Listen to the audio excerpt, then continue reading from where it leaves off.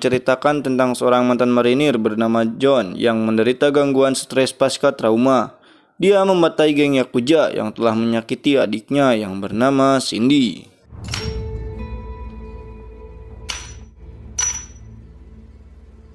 Kisah diawali saat John sedang bermain roulette Rusia. Dia sudah bersiap untuk mati, namun beruntung permainan ini memihak John.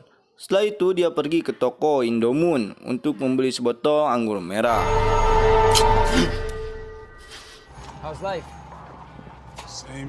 Tiba-tiba dua orang perampok masuk menodong John yang sedang memilih minuman. Bukannya takut, John malah meminta untuk ditembak. Mental amatir sang rampok ciut seketika yang membuat John menjadi tidak sabar, lalu menghajar mereka berdua dan menggagalkan aksi perampokan.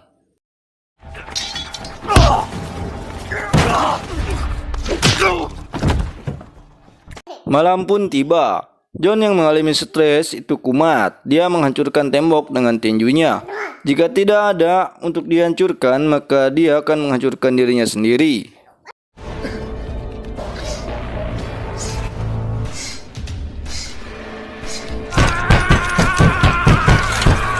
Paginya, John terbangun oleh saudara kandungnya bernama Cindy yang mampir ke New York untuk pernikahan.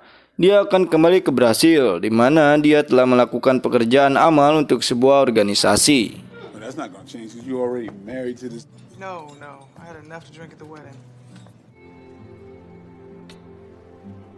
Scene berpindah di daerah kumuh Brasil bernama Papela. Polisi setempat, Katarina, menemukan tubuh Cindy berlumuran darah di sisi pantai dan melarikan Cindy ke rumah sakit terdekat.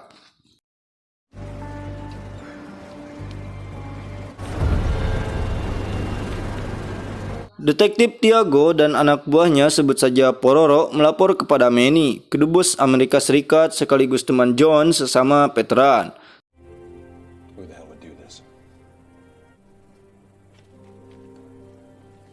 Manny langsung memanggil John, memberitahunya bahwa Cindy telah dipukuli habis-habisan, dan John pun segera berangkat ke Brasil menuju Papela.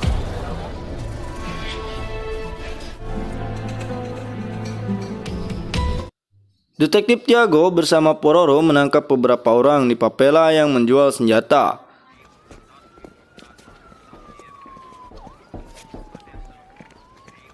Aksi itu membuat perlawanan, sempat saling todong, namun di sini Tiago membuat kesepakatan mengejak duel capoeira antara anak buahnya Pororo dengan orang terkuat di kelompok itu.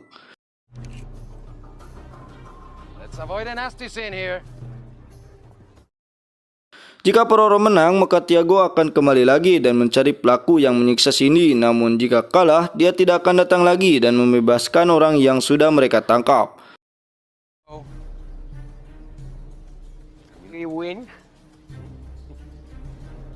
Duel ini dimenangkan oleh Pororo.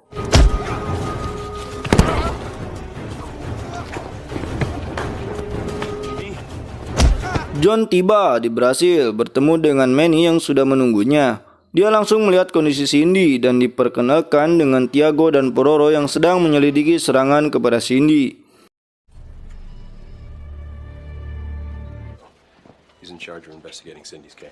John memaksa ingin melihat lokasi Cindy yang ditemukan. Meskipun dilarang Tiago, John diantar Tiago bertemu Katarina yang memperlihatkan lokasi penemuan Cindy.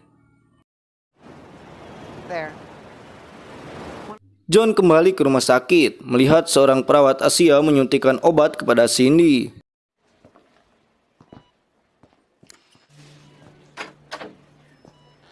Tidak lama kemudian, Cindy kejang-kejang dan John meminta bantuan. Akan tetapi, pihak rumah sakit tidak memiliki perawat asal Asia.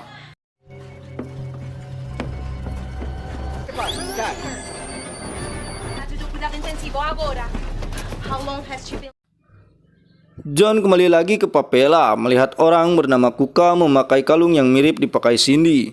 Dia mengejar orang itu.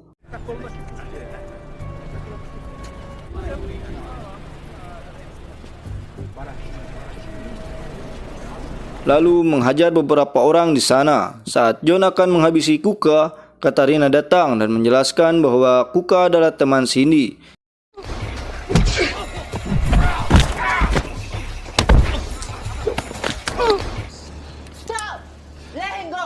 Kalung itu juga pemberian Cindy setelah saudara perempuannya menghilang.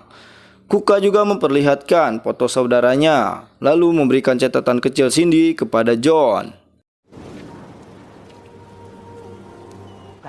Cindy used to work with his sister and she was Practically her whole life was in this thing. Di sebuah bar dengan menggunakan kertas karbon, dia menemukan sebuah nomor. John menelponnya lalu bertemu di sebuah kafe.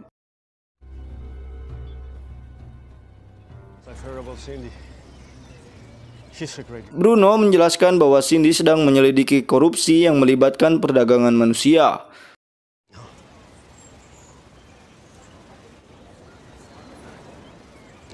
John meminta hasil foto pertemuan Cindy dengan seseorang, namun Bruno menolaknya. Akan tetapi, saat akan berpisah, diam-diam Bruno memberikan flash disk.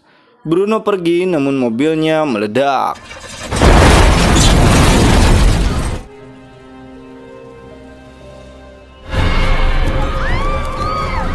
John melihat wanita Asia yang waktu itu di rumah sakit. Dia mengejarnya namun gagal karena John ditembaki dari dalam mobil.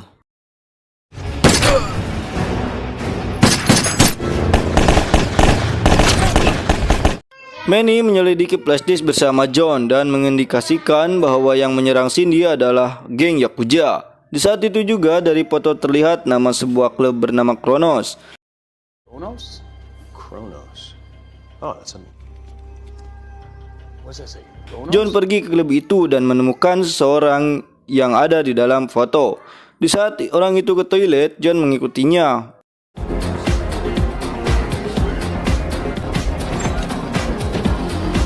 Melumpuhkan salah satu penjaga dengan mudah. Orang itu dihajar dan diinterogasi oleh John. Pencelupan ke dalam tempat itu berhasil mendapatkan sebuah alamat. Lalu John pergi dan membawa koper orang itu.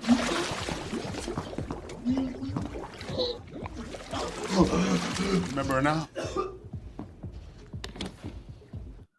Manny memeriksa koper itu yang berisi dokumen resmi sebagai palsu dan mereka menyadari bahwa Yakuza menculik gadis muda dari Papela dan dipaksa untuk menjadi pelacur. Oh shit, these are fake. Pada saat yang sama, Tiago menyerang pengedar narkoba di Brazil.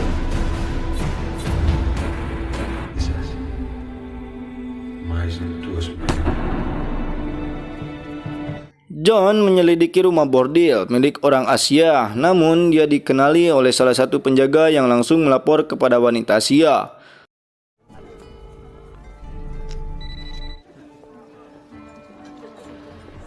Dia melihat beberapa anak kecil turun dari mobil. John diserang tetapi dia bisa mengatasinya.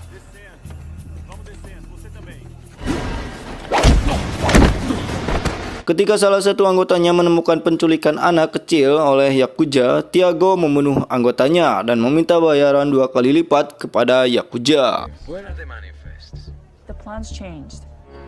Our price just doubled. Bos Yakuza yang bernama Hirimoto menerima laporan bahwa John mengacau di tempatnya. Setelah itu dia menelpon Tiago untuk mengatasinya. Saat Tiago akan membunuh John, Katarina datang membuat Tiago tidak dapat berbuat apa-apa.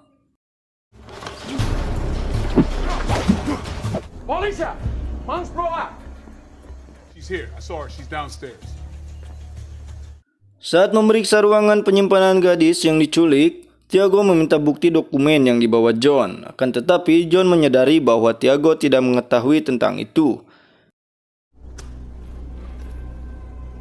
Counterfeit shipping manifest. Katarina diminta John untuk ke rumah sakit, sedangkan dia pergi mengikuti Tiago ke dermaga. Wanita Asia itu akan membunuh Cindy namun gagal karena Katarina tepat waktu dan membunuh wanita itu. Tiago sampai di dermaga. John yang berada di bagasi mobil keluar. Setelah membunuh salah satu Yakuza, John melapor kepada Manny untuk segera datang.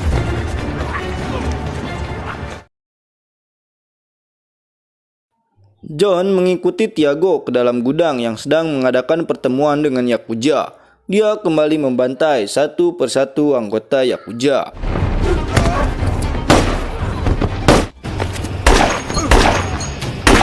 John bertemu dengan Pororo. Pergelutan sengit terjadi, akan tetapi Tiago datang menyerang John. Setelah itu, bos Yakuza Hirimoto menyerang John menggunakan samurai dari belakang. Namun dengan mudah John menghindarinya. Saat ini John menghadapi ketiga orang itu. Pergelutan pun dimulai.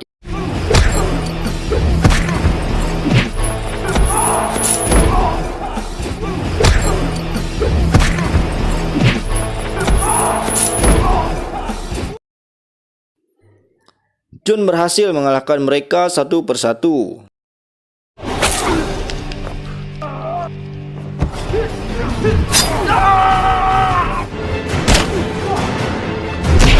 Di saat sekarat, Tiago menyangkal keterlibatannya menyerang Cindy, lalu memberikan kunci loker yang berisi bukti-bukti. Kemudian Tiago meminta pistol kepada John untuk bunuh diri. The courts, the government,